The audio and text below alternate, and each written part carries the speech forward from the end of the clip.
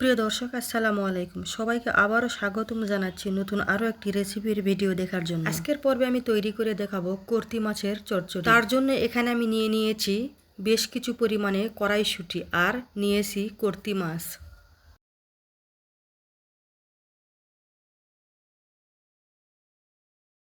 এখানে আমি বড় সাইজের 2টি মূলা কুচি করে নিয়ে এই মূলাগুলো পানিতে ভাপ দিয়ে নিয়েছি, যাতে রান্না করার পরে মূলার যে একটা স্মেল থাকে, এই স্মেলটা অনেকেই সহ্য করতে পারে না। তার জন্য ভাপ দিয়ে নিয়ে রান্না করলে মূলারও স্মেলটা আর থাকে না। আবার এখানে দেখুন আমি নিয়েছি একটি বড় সাইজের রসুন কুচি করে, আর 3 থেকে 4টি পেঁয়াজ কুচি, 4-5টা জলপাই আর 4-5টা কাঁচামরিচ, আর বেশ কিছু পরিমাণে ধনিয়া পাতা কুচি করে নিয়েছি। এইগুলো দিয়ে আজকে আমি এই কর্তি মাছগুলো রান্না করার জন্য এদিকে দেখুন চুলায় একটা কড়াই বসিয়ে দিয়েছি, আর পরিমাণ মতো সয়াবিন তেল দিয়ে দিলাম। দিয়ে এই রসুন আর পেঁয়াজ কুচিগুলো দিয়ে দিলাম। এবার এগুলো নেড়েচেড়ে ভেজে নিব নেতিয়ে নিয়ে আসা পর্যন্ত, অর্থাৎ পেঁয়াজ আর রসুনগুলো নরম না হয়ে আসা পর্যন্ত।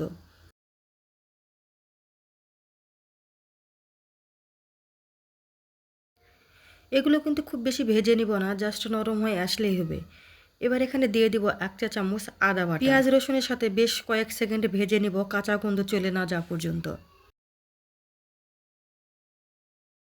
এরপরে এখানে এক এক করে মশলাগুলো দিয়ে দিব। প্রথমে দিয়ে দেব স্বাদ মতো লবণ, আর দিয়ে দিব 1/2 চা চামচ উঁচু করে শুকনো মরিচের গুঁড়া, আর 1/2 চা চামচ দিয়ে দিব হলুদের গুঁড়া, 1/2 চা চামচ দিয়ে দিব জিরা গুঁড়া। দিয়ে এগুলো তেলের সাথে কয়েক সেকেন্ড আবারও ভেজে নিব। এ পর্যায়ে চুলার আঁচ মিডিয়ামে রাখতে হবে। 1 মিনিটের মতো যখন এই মশলাগুলো কষিয়ে নেওয়া হয়ে যাবে, তখন এখানে আমি দিয়ে দিব সামান্য পরিমাণে পানি, আর দিয়ে দিব 7-8টা কাঁচামরিচ কুচি। দিয়ে এগুলো মশলার সাথে মিশিয়ে নিব। নিয়ে এই মশলাগুলো আবারও ভালো করে কষিয়ে নিব।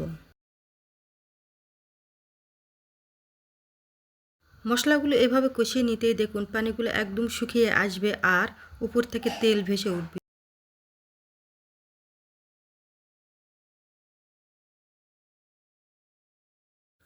এ পর্যায়ে মাছগুলো দিয়ে দিব। দিয়ে মশলাগুলোর মাঝে এভাবে 2 মিনিটের মতো কষিয়ে নেব। এ অবস্থায় কোনো রকম পানি ব্যবহার করব না, জাস্ট মশলার মধ্যে এভাবে শুধু মাছগুলো 2 মিনিটের মতো ভেজে নেব। এভাবে মাছগুলো কষিয়ে নিয়ে যদি রান্না করা হয়, তাহলে মাছের যে কাঁচা গন্ধটা থাকে সেটি চলে যাবে। যারা সবজিতে কাঁচা মাছ খেতে পছন্দ করেন না, তারা এইভাবে মাছগুলো কষিয়ে নিয়ে রান্না করে খেতে পারেন, তাহলে মাছের আর কোনো রকম গন্ধ বা স্মেল পাওয়া যাবে না। মাছগুলো এভাবে 2 মিনিটের মতো ভেজে নেওয়ার পরে এখানে আমি মূলা আর কড়াইশুঁটিগুলো দিয়ে দিব।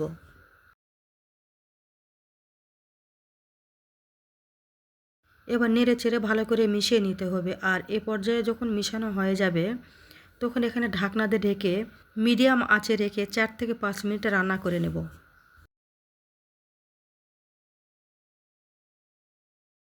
4-5 মিনিট পরে ঢাকনাটি উঠিয়ে এভাবে নেড়েচেড়ে আবারও কষিয়ে নেব প্রায় 1-1.5 মিনিটের মতো। আর যখন এভাবে নাড়াচাড়া করে কষিয়ে নেবেন, খুব সাবধানতার সাথে নাড়াচাড়া করে নিতে হবে, যাতে মাছগুলো ভেঙে না যায়। এবার এখানে 1 কাপের মতো পানি অ্যাড করে দেব। খুব বেশি পানি দেওয়ার প্রয়োজন নেই, কারণ মূলাগুলো আমার ভাপ দেওয়া, আর কড়াইশুঁটিগুলো আমি ফ্রোজেন করে রেখেছিলাম ভাপ দিয়ে নিয়েই, তাই এগুলো খুব বেশি সিদ্ধ করে নেওয়ার প্রয়োজন নেই। তাই পরিমাণ মতো পানি দিয়েই রান্না করে নেব। এ পর্যায়ে এসে চুলার আঁচ হাই ফ্লেমে রেখে ঢাকনাতে ঢেকে রান্নাটি করে নেব। ঢাকনাটি উঠানোর পরে একটু নেড়ে চেড়ে আলতো করে নিব, যাতে তলায় লেগে না যায়। এরপরে এখানে আমি দিয়ে দেব 4-5টি জলপাই। জলপাইটি দিলে এই মূলার তরকারি খেতে হালকা একটু টক টক লাগে, খেতে কিন্তু বেশ ভালো লাগে। আর এ পর্যায়ে অ্যাড করে দিব 4-5টি কাঁচামরিচ সুন্দর একটা ফ্লেভারের জন্য, আর দিয়ে দিব বেশ কিছু পরিমাণে ধনিয়া পাতা কুচি। দিয়ে চুলার আঁচ মিডিয়াম টু লো আঁচে রেখে ঢাকনাতে ঢেকে 3-4 মিনিটের মতো রেখে দিব।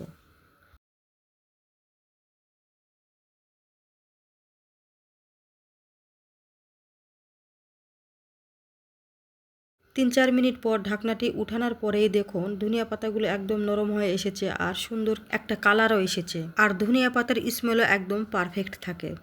আমার রান্নাটি প্রায় শেষ। এবার চুলাটি বন্ধ করে দিয়ে ঢাকনাতে ঢেকে রেখে দেব ঠান্ডা হয়ে আসা পর্যন্ত। এরপরে আমি পরিবেশন করে দেখিয়ে দিচ্ছি। এইভাবে কর্তি মাছ, মূলা আর জলপাই দিয়ে রান্না করে খেলে কিন্তু বেশ মজার লাগে। তো যারা এভাবে কোনোদিন খায়নি, তারা এভাবে একদিন রান্না করে ট্রাই করতে পারেন।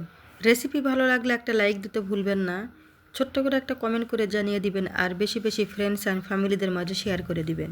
নতুন নতুন রেসিপি পেতে চ্যানেলটি সাবস্ক্রাইব করে বেল আইকনটি প্রেস করে নিয়মিত আমার চ্যানেলের সাথেই থেকে যেতে পারে।